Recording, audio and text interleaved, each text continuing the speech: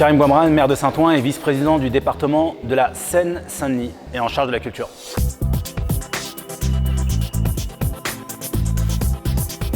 Donc Saint-Ouen, c'est une ville de 60 000 habitants. On a 40% de la population qui a moins de 30 ans. Elle est mitoyenne avec 5 portes de Paris et surtout avec la Seine. Et nous sommes la ville qui a le plus grand nombre de projets au kilomètre carré. Et les Jeux Olympiques, c'est 2000 logements et c'est 3500 personnes qui devraient arriver à l'aune de 2030-2035. Par conséquent, il est hyper important, hyper stratégique d'entretenir des relations fortes avec nos partenaires, que ce soit nos partenaires en termes d'aménagement, nos partenaires sportifs, nos partenaires culture, pour qu'ils comprennent ce qu'on porte à Saint-Ouen. Et ce qu'on porte, c'est la vision du progrès partagé. C'est la raison pour laquelle je suis là aujourd'hui. En plus, c'est un cadre sympa. On rencontre des personnes d'horizons divers et variés et on partage nos avancées intellectuelles.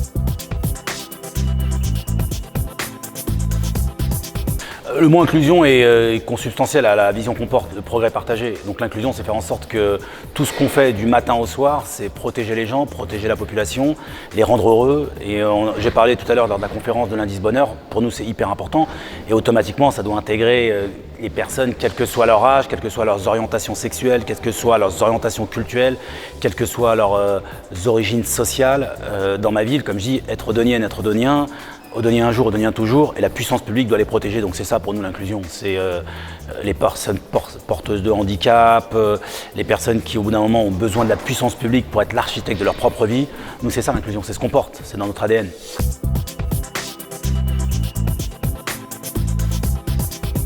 Il y a toujours des mots comme ça à la mode, inclusion, transversalité, diversité. C'est toute une question de personne et de vision.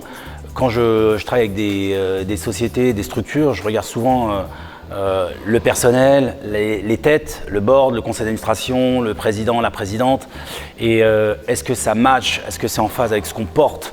Et tous les partenaires qui travaillent dans le village olympique, qui travaillent avec nous à Saint-Ouen, sont en tout cas ceux qu'on a sélectionnés depuis notre mandature, sont en phase avec cette notion de progrès, mais progrès partagé, et cette notion de démocratisation d'excellence, cette notion de rayonnement, cette notion de beau. On ne bosse pas à Saint-Ouen par hasard, comme on ne vient pas vivre à Saint-Ouen par hasard. Il y a cet ADN qui nous caractérise et qui, je pense, rayonne. Au-delà de ça, mais qui, je pense, est majoritaire en France.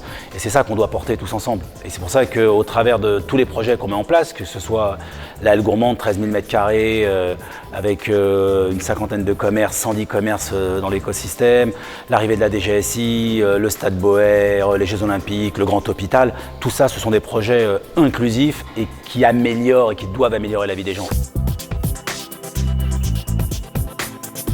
Toutes nos vies, on a innové, nous. La caractéristique de notre parcours, si on gagne, c'est parce qu'on a été innovant.